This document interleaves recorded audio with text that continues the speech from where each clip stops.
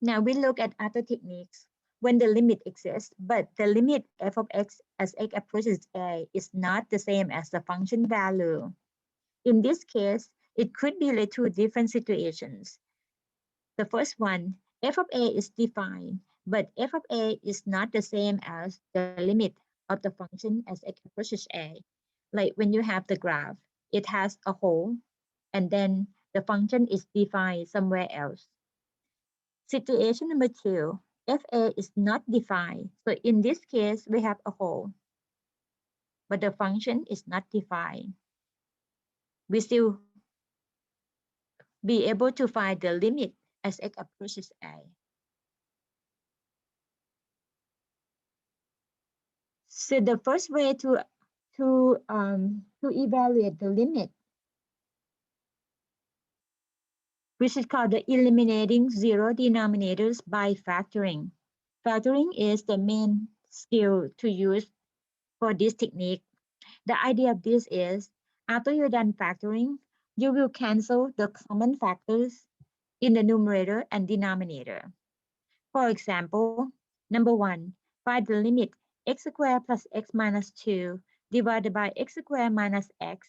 If you use the direct substitution, it will return the denominator 1 minus 1 or 0, which is undefined. So the direct substitution doesn't work. So we're going to go ahead and factor the numerator and denominator. The numerator will give us the factor x minus 1 times x plus 2, and the denominator x times x minus 1 as x approaches 1. As you see x minus 1 cancel, we will get the limit x plus 2 divided by x as x approaches 1. Now, we can use the direct substitution because the denominator will not be 0. So x equals 1. So 1 plus 2 divided by 1, that will give us 3.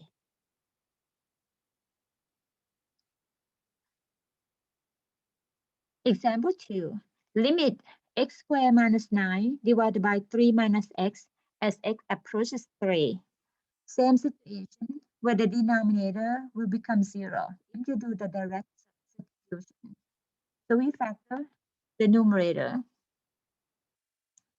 to be x minus 3 times x plus 3. And the denominator, we can rewrite it as negative x plus 3. And next, factor the negative sign as negative 1 multiplied by x minus 3 for the denominator. And you can see x minus 3 can be cancelled. Give us the numerator x plus 3 divided by negative 1 as x approaches 3. After that, we can use the direct substitution. It becomes 3 plus 3 divided by negative 1 or negative 9.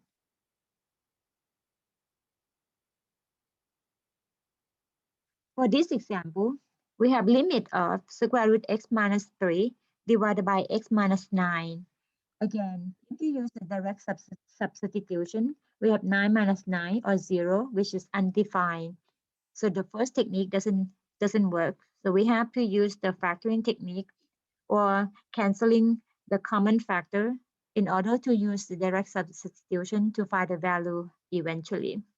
So for this one, as you see square root x minus 3 on the top and x minus 9 on the bottom, it can be done by factoring the denominator as square root x minus 3 times square root x plus 3.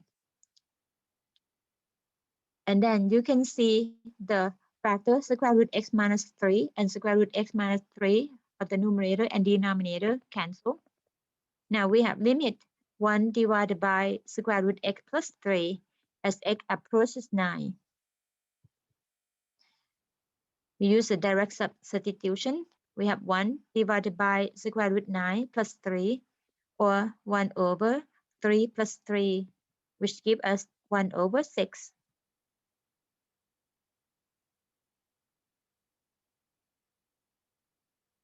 In this example, we have 5 plus h squared minus 25 divided by h as h approaches 0. Factoring doesn't work very well for this problem, so we are going to simplify the numerator to get the limit as h approaches 0 by expanding 5 plus h squared. This is 5 plus h multiplied by 5 plus h. Multiply 5 plus h and 5 plus h, we get 25 plus 10h plus h squared and minus 25 divided by h. 25 and 25 reduce. Then we get limit of 10h plus h squared divided by h as h approaches 0. The numerator has a common factor h. Factor the h out. We have h multiplied by 10 plus h divided by h as h approaches 0. Reduce h and h. Then we are going to find the limit of 10 plus h as h approaches 0. Use a direct substitution. The result will be 10.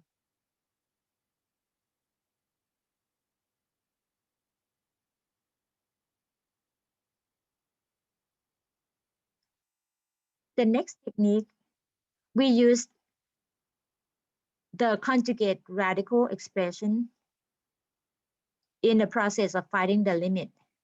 So creating a common factor by multiplying by the conjugate radical expression. We call the conjugate of a plus b is a minus b or vice versa.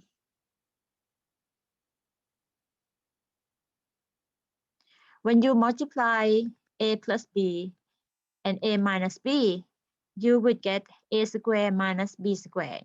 With this technique, the square root times square root, the square root will be gone. For this example, the limit of the radical x squared plus 100 minus 10 divided by x squared.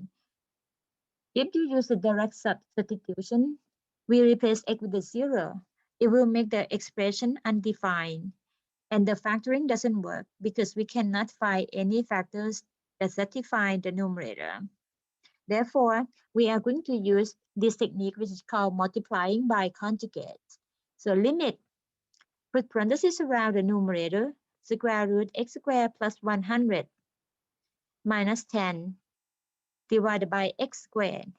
X approaches 0, and the conjugate of the numerator is square root of x squared plus 100 plus 10. Multiply both numerator and denominator with the same expression.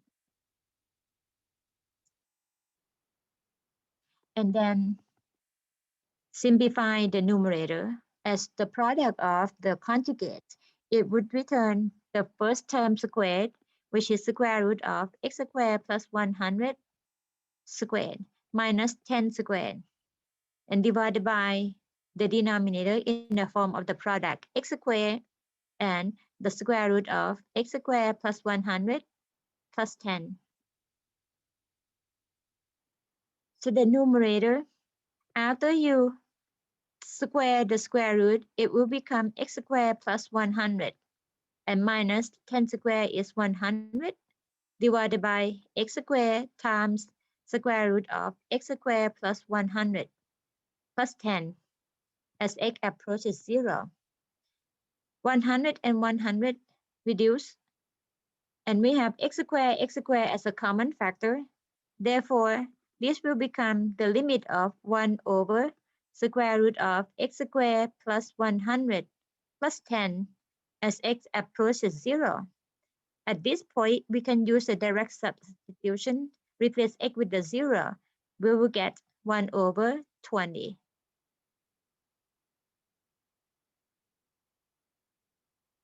Another example, the limit x plus 2 divided by square root of x squared plus 5 minus 3 as x approaches negative 2. Let's check with the direct substitution. The square root of negative 2 squared plus 5 minus 3. The square root will give us square root 9, and then subtracted by 3 will give us the 0, which will make it undefined. So the direct substitution doesn't work.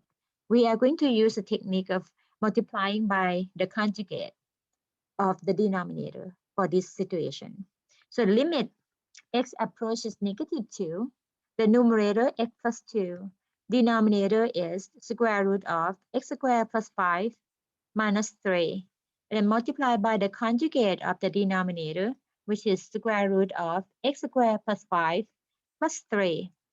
Multiply both top and bottom with the same expression, which is equivalent to multiplying by 1. The denominator, as a product of the two conjugates, will give us the first group, which is square root of x squared plus 5 squared minus 3 squared. And the numerator maintained as a product, x plus 2 multiplied by the square root of x squared plus 5, and then added by 3. The denominator, the square root and the square will be cancelled, give us x squared plus 5 minus 9, and the numerator x plus 2 times square root of x squared plus 5 plus 3.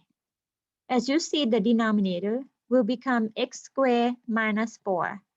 And we can do further by factoring to be x minus 2, x plus 2. Then you will see x plus 2 of the numerator and one of the factors of the denominator cancelled. Therefore, we get the limit of square root x squared plus 5 plus 3 for the numerator divided by x minus 2 of the denominator. As x approaches negative 2, we can replace x with the negative 2 without returning the undefined case. So square root of negative 2 squared plus 5 plus 3 divided by negative 2 minus 2. That will return 6 on the top, negative 4 on the bottom, or negative 3 over 2.